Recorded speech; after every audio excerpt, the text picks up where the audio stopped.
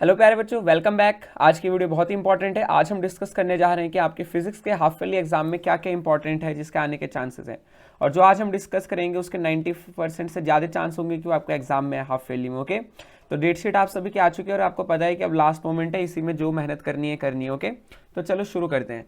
तो देखिए प्यारे बच्चों, जैसे कि आप देख सकते हैं कि यहाँ पर आपका जो पहला चैप्टर है that is units and measurement.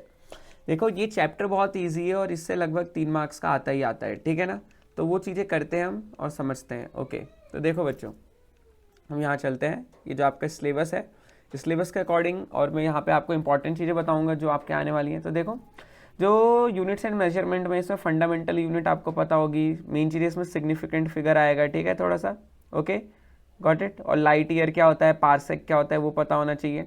अब देखो, मेन चीज़ क्या है, ये डायमेंशनल एनालिसिस, ठीक है, dimensional analysis and it's applications.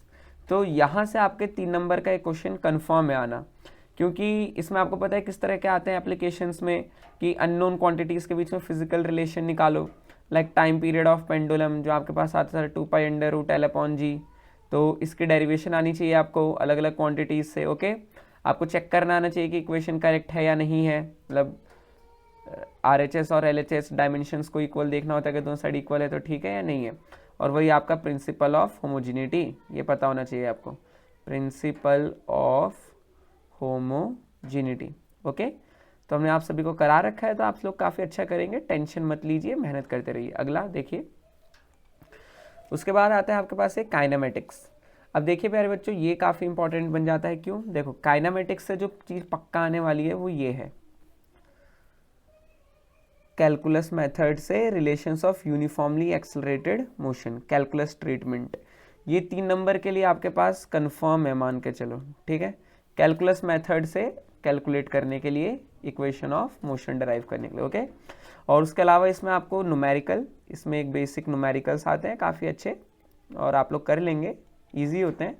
और डिफ्रेंशिएशन के बारे में आपको पता होना चाहिए थोड़ा सा, डिफ्रेंशिएशन।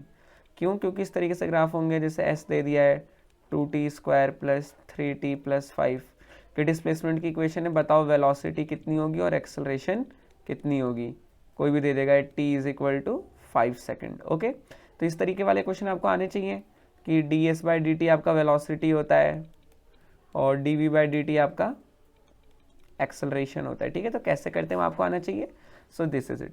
और फिर इसमें जो थोड़ा सा इंपॉर्टेंट बन जाते हैं, ग्राफ बन जाते हैं, ठीक है। क्या बात? ग्राफ, ठीक है ना, कि यही आपका क्या बोलते हैं, एवरेज वेलोसिटी, इंस्टेंटेनियस वेलोसिटी की डेफिनेशन, डिफरेंस क्या होता है, और ये velocity time and position time graph, acceleration time graph, ठीक है। ये चीज़ें क्लियर होनी चाहिए और basic numerical, this is it. अब देखिए आगे बढ़ते हैं। अब ये आपका जो है यहाँ पे देखिए, motion in a plane, 3rd chapter, काफ़ी इंपॉर्टेंट है। क्यों? क्योंकि देखिए इसके अंदर से 5 नंबर का क्वेश्चन बनना ही बनना है, दैट इज प्रोजेक्टाइल मोशन। क्या? Projectile motion. यह आपका 5 मार्क्स का आएगा, 3 मार्क्स के डेरिवेशन आ जाती है, 2 मार्क्स का एक न्यूमेरिकल आ जाता है। जैसे इसमें हमने बताया ना, इक्वेशन ऑफ मोशन को कैलकुलस ट्रीटमेंट से डराइव करना, ये जैसे पक्का है वैसे ही यहाँ पे ये चीज़ें पक्की हो जाती हैं, ठीक है। तो इसमें आपको ध्यान रखने का है। तो स्केलर एंड वेक्टर क्वांटिटीज़ के बारे में पता होना चाहिए। इसमें आपको देखो यूनिट वेक्टर के बारे में पता होना चाहिए, यूनिट वेक्टर क्या होता है, और dot product, dot wise scalar product और क्रॉस प्रोडक्ट। तो ये चीज़ें आपको बहुत अच्छे से पता होनी चाहिए, क्योंकि अगर ये नहीं पता तो बड़ी दिक्कत हो जाएगी, ठीक है ना। और रेक्टेंगुलर कंपोनेंट्स, ओके। अब मोशन प्लेन में वही है, uniform velocity, uniform projectile motion, uniform circular. और यूनिफॉर्म सर्कुलर मोशन बहुत इंपॉर्टेंट है साथ में, क्योंकि यूनिफॉर्म सर्कुलर मोशन से न्यूमेरिकल आते हैं और मैक्सिमम टाइम्स सेंट्रीपिटल एक्सेलरेशन की डेरिवेशन आती है, सेंट्रीपिटल एक्सेलरेशन। तो जी हम बता रहे हैं, आप इसे अपनी कॉपी में नोट डाउन कर लीजिए, सेंट्रीपिटल एक्सेलरेशन वही v² r, अल्फा = v²/r। कैसे आता है वो आपको पता होना चाहिए, ठीक है। ओके, अब आगे चलते हैं। देखिए लॉज ऑफ मोशन। अब लॉज ऑफ मोशन में देखिए प्यारे बच्चों, काफ़ी कूल चैप्टर है ये। इसमें आपको ये पता होना चाहिए, momentum and Newton second law. सबसे ज़्यादा क्वेश्चन इसी में बनते हैं, momentum Newton second law. Impulse आपको पता है force into time Newton's third law, तो बेसिक हो गया, ठीक है। अब देखिए इसके अंदर जो काम की चीज़ें जो मैं बताना चाहता हूँ आपको वो है कि न्यूटन सेकंड लॉ से बहुत न्यूमेरिकल बनते हैं। जैसे कि आपका ये वाला हो गया पुली वाला कि इधर एक वजन है इधर एक वजन लटका है, दोनों का मास है m1 m2, तो एक्सेलरेशन कितना होगा, टेंशन कितनी होगी स्ट्रिंग में, गॉट इट। तो इस तरीके से आपको ये क्वेश्चंस करने होते हैं। कनेक्टेड सिस्टम वाला आ जाता है, यहाँ पे कुछ मास m1 है, इसका मास m2 है, इधर फोर्स लग रही है, तो टेंशन कितना होगा भैया इसके अंदर सेंटर में वाली स्ट्रिंग में, ओके। इस तरीके के क्वेश्चन। और क्या बोलते हैं इंक्लाइन प्लेन वाले क्वेश्चन बनते हैं। यहाँ पे इंक्लाइन प्लेन है, इसके ऊपर आपका ये ब्लॉक रखा हुआ है, ये थीटा एंगल है, तो किस एक्सेलरेशन के साथ नीचे गिरेगा, तो कंपोनेंट्स आपको आने चाहिए बनाने, mg इधर mg cos थीटा, ठीक है। ये सारी चीज़ें आपको बहुत अच्छे से क्लियर होनी चाहिए ताकि आप चीज़ों को ईजिली कर सकें। तो देखिए इम्पल्स इंपॉर्टेंट है अपने आप में। और देखिए इसमें law of conservation of momentum ये आता है कई बार, law of conservation of momentum, ये बहुत अच्छे से आना चाहिए आपको। और साथ में एक और line, second law is the real law, ये भी बहुत आता है। Second law is the real law. क्यों प्यारे बच्चों, देखो why second law is the real law, क्योंकि यहाँ पे आपको पता होना चाहिए बहुत अच्छे से कि सेकंड लॉ की मदद से हम फर्स्ट लॉ को भी डराइव कर सकते हैं और थर्ड लॉ को भी, तो ये डराइव करना होता है, ठीक है। Law of conservation of momentum, और ये आपके थियरी वाला पोर्शन हो गया और इस तरीके की न्यूमेरिकल वाला पोर्शन हो गया, ठीक है। और कुछ हेलीकॉप्टर वाले क्वेश्चन आते हैं कि हेलीकॉप्टर है, उसमें इतने लोग बैठे हुए हैं, तो बताओ ये विंड पे कितना फोर्स लगा रहा होगा, हेलीकॉप्टर पे कितना फोर्स लग रहा होगा। और एलिवेटर वाले क्वेश्चंस, मोशन के एक आदमी है एलिवेटर के अंदर, समझे, और एलिवेटर एक्सलरेट होकर ऊपर जा रहा है, अगर इसके नीचे वेइंग स्केल है तो बताओ इसका नॉर्मल रिएक्शन कितना होगा। तो इस तरीके के क्वेश्चन आते हैं जो आपको पता होना चाहिए। तो वही है law of conservation of linear momentum and it's applications. तो ये चीज़ें बच्चों आपको बहुत अच्छे से आती हैं और आपको आएंगी, कोई दिक्कत नहीं होगी। अब इसमें रिकॉइल वेलोसिटी ऑफ गन ये आता है बहुत, रिकॉइल ऑफ गन पता है ना, जब गोली चलाते हैं तो गोली आगे जाती है, गन पीछे आती है, किस रफ्तार से आती है, कैसे आती है, वो सारी चीज़ें पता होनी चाहिए। अब देखिए इक्विलिब्रियम ऑफ कनकरेंट फोर्सेस, मतलब अगर किसी सिंगल पॉइंट पे 3-4 फोर्सेस लग रही हैं और नेट फोर्स 0 है, इसका मतलब क्या है कि इन सबका वेक्टर सम 0 है। तो इक्विलिब्रियम मतलब कि अगर किसी बॉडी के ऊपर फोर्स 0 है तो एक्सेलरेशन भी 0 होगी, फोर्स 0 एक्सेलरेशन 0। फिर आता है उसके बाद प्यारे बच्चों फ्रिक्शन। फ्रिक्शन अपने आप में इंपॉर्टेंट है और इसमें इंपॉर्टेंट क्या है मैं वो बताता हूँ आपको, देखो ठीक है प्यारे बच्चों। देखो फ्रिक्शन में जो आपका इंपॉर्टेंट है, वो जो मोस्ट इंपॉर्टेंट है वो ये है, आपके पास एंगल ऑफ फ्रिक्शन पता होना चाहिए आपको। एक सेकेंड इसे थोड़ा पतला कर लेते हैं।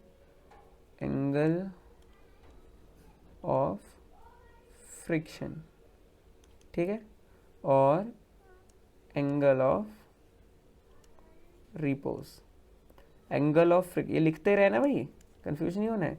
Angle of friction and angle of repose ये बहुत आते हैं और इनको इक्वल प्रूव करो, ये बहुत आता है, ठीक है, डायग्राम के साथ। और उसके अलावा आपको काइनेटिक फ्रिक्शन, स्टैटिक फ्रिक्शन, इनके डायग्राम पता होने चाहिए कुछ इस तरीके से। देखो याद होगा आपको कि अगर हम फ्रिक्शन का उसके साथ ग्राफ बनाते हैं तो कुछ इस तरीके से बनता है। क्या होता है, ये यहाँ पे आपका स्टैटिक फ्रिक्शन है, यहाँ पे आपका लिमिटिंग फ्रिक्शन है, और उसके बाद से ये आपका काइनेटिक फ्रिक्शन। तो आपको पता है कि काइनेटिक फ्रिक्शन थोड़ा सा कम होता है compare to this limiting friction, okay. तो ये ग्राफ है जो आपको पता होनी चाहिए अच्छे से, वेरी गुड। फिर वही है कि लॉज ऑफ फ्रिक्शन की जो आपको पता है कि जो फ्रिक्शन की फोर्स होती है स्मॉल एफ से डिनोट करते हैं, यू म्यू टाइम्स एन होती है, एन यहाँ पे नॉर्मल रिएक्शन है, म्यू है हमारे पास कोफिशिएंट ऑफ फ्रिक्शन, ओके। फिर उसके बाद है रोलिंग फ्रिक्शन, ये जो टाइप है लुब्रिकेशन फ्रिक्शन को कैसे घटाया जाए। अब आता है ये पार्ट के भी आने के चांसेस फुल है। Dynamics of uniform circular motion. Dynamics of uniform circular motion में क्या है, motion on a level circular road, एक तो ये है motion on a level circular road, मतलब गाड़ी टर्न तो ले रही है बट सेम लेवल पे है, रोड प्लेन है, ठीक है, लेवल सर्कुलर रोड। और दूसरा यही चीज़ बदल जाती है किसमें, on a banked road. Banked road मतलब जो थोड़ी सी उठी हुई है थीटा एंगल पे, अब यहाँ से कार जा रही है और ये थीटा एंगल पे एलिवेटेड है, तो वही है motion on a bank road and ये दोनों क्लियर होनी चाहिए, इनकी डेरिवेशन, इनका फॉर्मूला, ठीक है। फाइनल रिजल्ट कितनी आती है, वेलोसिटी, ठीक है, कुछ RG tan थीटा आती है, ठीक है। तो ये चीज़ें आपको पता होनी चाहिए। सेंट्रीपिटल फोर्स पता ही है आप सभी को, mv²/r, ओके, मास लग जाता है। सर्कुलर मोशन वही है, vehicle on a bank road and vehicle on a level circular road, ये आपको पता होना चाहिए। और देखो यूनिफॉर्म सर्कुलर मोशन एक एक्सेलरेटेड मोशन है, लेकिन स्पीड कांस्टेंट रहती है, बट एक्सेलरेशन इसलिए है क्योंकि डायरेक्शन हर जगह चेंज हो रही है, that's why it is an accelerated motion. और एक चीज़ जो इम्पोर्टेंट है इसके अंदर कि ये एक्सेलरेटेड है बट वेलोसिटी चेंज नहीं होती है, बट एक चीज़ चेंज होती रहती है, क्या, वेलोसिटी का मैग्नीट्यूड कांस्टेंट रहता है बट वेलोसिटी की डायरेक्शन चेंज होती है, जिसकी वजह से इस पर फोर्स लगती है, जिसे हम कहते हैं सेंट्रीपिटल फोर्स। और सेंट्रीपिटल फोर्स हमेशा सेंटर की तरफ लगती है, और सेंट्रीफ्यूगल एक नकली फोर्स होती है, फिक्शियस फोर्स, बट वो उसे हम अजम्पशन लेके चलते हैं ताकि कैलकुलेशन ईजी हो, वो आउटसाइड लगती है। मतलब एक रस्सी है जिससे आप पकड़ के किसी चीज़ को गोल गोल घुमा रहे हो, तो सेंट्रीपिटल फोर्स अंदर, सेंट्रीफ्यूगल फोर्स बाहर, ओके। अब उसके बाद आता है प्यारे बच्चों वर्क एनर्जी एंड पावर। तो देखिए वर्क एनर्जी एंड पावर के अंदर देखो प्यारे बच्चों, सबसे पहले तो आपके पास जो ये वर्क एनर्जी थ्योरम लिखी है, इसकी डेरिवेशन बहुत अच्छे से आनी चाहिए। वर्क एनर्जी थ्योरम और इस पर बेस्ड न्यूमेरिकल बहुत आता है, ठीक है, कंफर्म है, मतलब महा इम्पॉर्टेंट, क्या, महा इम्पॉर्टेंट, ओके। वही work done by variable force निकाल लेंगे आप, आपको पता है कि dW ऐसे F.dx करके इंटीग्रेट कर दिया जाता है, ठीक है, F.dx करके इंटीग्रेट कर देते हैं x1 से x2 तक, गॉट इट, ये आपको क्लियर होना चाहिए। और साथ में एक चीज़ और पता होनी चाहिए, क्या प्यारे बच्चों, conservative and non conservative forces के बारे में आपको पता होना चाहिए, conservative and non conservative forces, इनमें डिफरेंस क्या होता है, ओके। वर्क डन का डिफरेंस होता है, ग्रेविटी की फोर्स कंजर्वेटिव फोर्स है। अब देखिए फिर है पोटेंशियल एनर्जी mgh, आपको पता है पोटेंशियल, ये बहुत इंपॉर्टेंट है, ये पोटेंशियल एनर्जी ऑफ स्प्रिंग, इसकी डेरिवेशन में बहुत आती है, बहुत बहुत बहुत याद है, ½ kx² आती है, इसकी डेरिवेशन कर लीजिएगा, बहुत इंपॉर्टेंट है, ठीक है, जो एनर्जी स्टोर्ड होती है एक स्प्रिंग के अंदर। वही कंजर्वेटिव नॉन कंजर्वेटिव फोर्सेस, पता है ना क्या होता है कंजर्वेटिव एंड नॉन कंजर्वेटिव, जैसे मान लो एक ए पॉइंट है और एक बी पॉइंट है, ए से बी में जाने के लिए बहुत सारे रास्ते हैं, वी कैन चूज एनीवन। अगर कंजर्वेटिव फोर्स लग रही होंगी बॉडी पे तो कोई सा भी रास्ता चुनेंगे, वर्क डन हमेशा बराबर आएगा, बट नॉन कंजर्वेटिव फोर्स है तो अलग अलग रास्ते में अलग अलग वर्क डन आएगा, ओके। फिर motion in a vertical circle, ये जो आपको बहुत डिटेल में भी कराया, ये आता है, इट कम्स अ लॉट, समझ रहे हो। अब देखो यहाँ पे वर्टिकल सर्कल, पहले था हॉरिजॉन्टल, मतलब वर्टिकल सर्कल एक्चुअली ये होता है जिसमें स्पीड भी चेंज हो रही होती है, वेलोसिटी का मैग्नीट्यूड भी चेंज होता है, क्योंकि जब पत्थर ऊपर जाता है तो उसकी रफ्तार घट रही होती है क्योंकि जी नीचे लग रही होती है, लेकिन जब यही पत्थर नीचे को आ रहा होता है तब भी जी ऊपर ही लग रहा होता है, दैट्स वाई रफ्तार, सॉरी क्या बोल रहा हूँ, जी नीचे लग रहा होता है, दैट्स वाई रफ्तार बढ़ती है, मतलब रफ्तार भी चेंज होती है, मैग्नीट्यूड भी चेंज होता है, गॉट इट।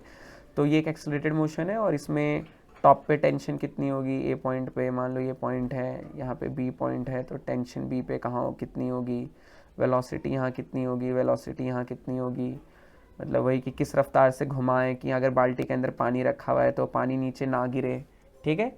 ऐसे क्वेश्चंस बहुत आते हैं जो आपको प्रैक्टिकली कराए थे, तो ये बहुत इंपॉर्टेंट हो जाता है, मोशन है वर्टिकल सर्कल, पक्का। फिर इलास्टिक एंड इलास्टिक कोलिशन आपको पता होना चाहिए, ठीक है। इलास्टिक कोलिशन में काइनेटिक एनर्जी और मोमेंटम दोनों कंजर्व रहते हैं, इन इलास्टिक में सिर्फ मोमेंटम कंजर्व रहता है, गॉट इट। और बाकी के coefficient of restitution, relative velocity of separation upon relative velocity of approach, E की वैल्यू किसके लिए क्या होती है, परफेक्टली इलास्टिक के लिए 1, परफेक्टली इलास्टिक के लिए 0, और बाकियों के लिए 1 से कम, 0 से ज़्यादा। और कोलिशन इन 1-2 डायमेंशन, इसकी डेरिवेशन बहुत लंबी है, बट इसमें आपको वो पता होना चाहिए जो मैंने बताया था, क्या, स्पेशल केसेस, MCQ में आ जाए तो, गॉट इट, इसके स्पेशल केसेस, और डेरिवेशन देख लीजिएगा, बहुत इंपॉर्टेंट है, बढ़िया है, मज़ेदार, इससे आएंगे, इससे काफ़ी अच्छे मार्क्स के पेपर बनेगा, ओके। चलो प्यारे बच्चों आगे चलते हैं। अब देखिए आपके पास है chapter 6, motion of system of particles and rotational motion, system of particles and rotational motion. तो देखिए कई बच्चों के स्कूल में ये हो चुका होगा, कई बच्चों के स्कूल में नहीं हुआ होगा, और कई बच्चों के स्कूल में छुड़वा दिया होगा कि बेटा बाद में करेंगे, क्योंकि देखो असली चैप्टर तो यही है जिसमें बहुत अच्छा दिमाग लगाना होता है, हम आपको सब कराएंगे, don't worry about it. But देखो एग्जाम पॉइंट ऑफ व्यू के लिए जो इंपॉर्टेंट है आपके पास ये पहला topic, centre of mass of two particle system. जैसे एक पार्टिकल यहाँ पे, एक पार्टिकल यहाँ पे, इसका मास m1 है, इसका मास m2 है, गॉट इट। और इनका किसी ओरिजिन से इसका पोजीशन वेक्टर है r1, इसका पोजीशन वेक्टर है r2। तो इसका जो सेंटर ऑफ मास होगा वो कहीं पे लाई कर रहा होगा, जिसको हमें कैलकुलेट करना होता है, ठीक है। तो इनका सेंटर ऑफ मास कहाँ होगा, कैसे होगा, वो सब हम कैलकुलेट करेंगे। एक्चुअली तो ईजी होता है, m1 plus r1 plus m2 r2 upon m1 plus m2। तो ये centre of mass of system आ जाता है, ठीक है ना, टू पार्टिकल सिस्टम। वैसे एन पार्टिकल सिस्टम के लिए भी करते हैं momentum conservation, centre of mass motion. देखो मेन चीज़ क्या है, centre of mass of a uniform rod, इनकी डेरिवेशन आनी चाहिए, ठीक है। मोमेंट ऑफ फोर्स वही टॉर्क होता है, टॉर्क पता है ना, R cross F, R F sine theta जो आप पढ़ते हैं, कि अगर कोई बॉडी है उसे, जैसे दरवाजा ही है, दरवाजा यहाँ से फिक्स रहता है, इसको खोलते हैं तो हमें फोर्स लगानी होती है, जिसको इसे टर्न करते हैं, मतलब जो टर्निंग इफेक्ट ऑफ फोर्स होता है उसे मोमेंट ऑफ फोर्स कहते हैं, वही टॉर्क, ठीक है।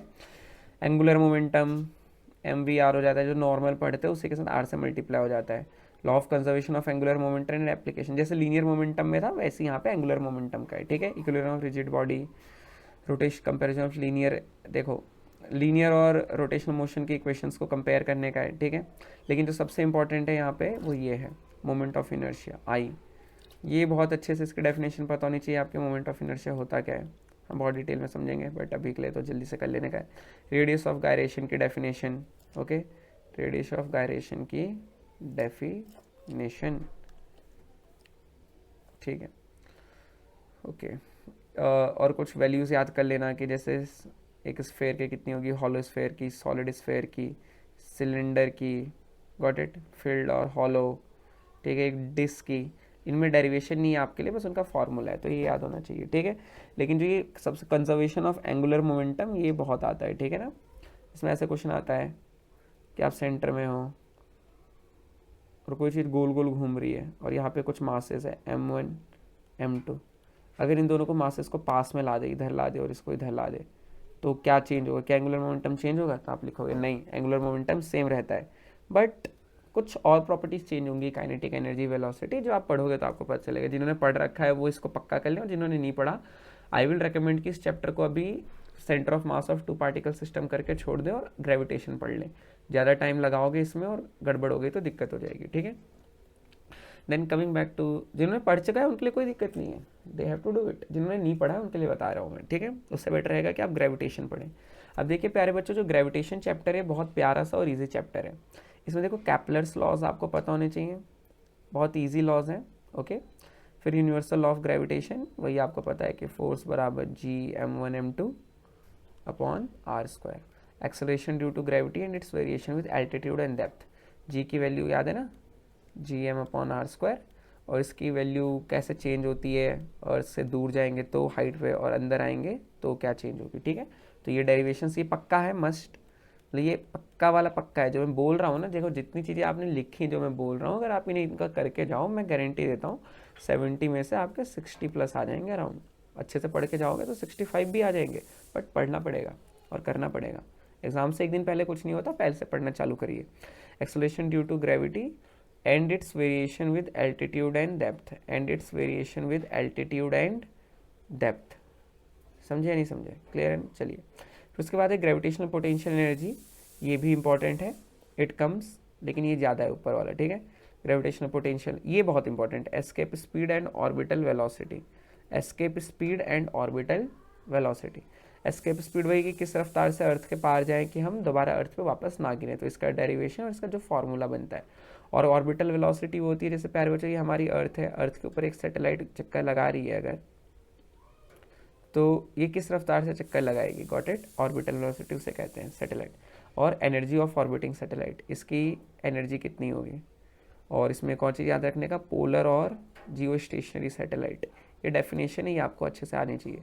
Polar and Jio stationery satellite, इनमें क्या डिफरेंस होता है, क्या सिमिलैरिटी होती है।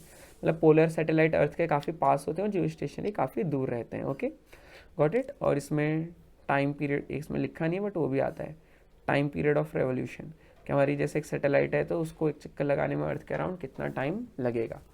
तो प्यारे बच्चों, ये है इंपॉर्टेंट चीज़ें आपके हाफ ईयरली के लिए। अगर आपने इतना कर लिया, आप पक्का है कि आपका एग्ज़ाम बहुत अच्छा जाने वाला है। और कोई भी डाउट्स हो तो आप मुझे मैसेज कर सकते हैं, कमेंट सेक्शन में कमेंट कर दीजिए। I am ready for helping. Okay, मन लगा के पढ़ते रहिए, लाइफ में कुछ बड़ा करना है और कुछ करके रहेंगे। जय श्री कृष्ण, जय श्री राम, जय बजरंगबली, जय हनुमान, सिया रामचंद्र की जय हो। तो मिलते हैं नेक्स्ट वीडियो में प्यारे बच्चों। जय गणपति बप्पा मोरया।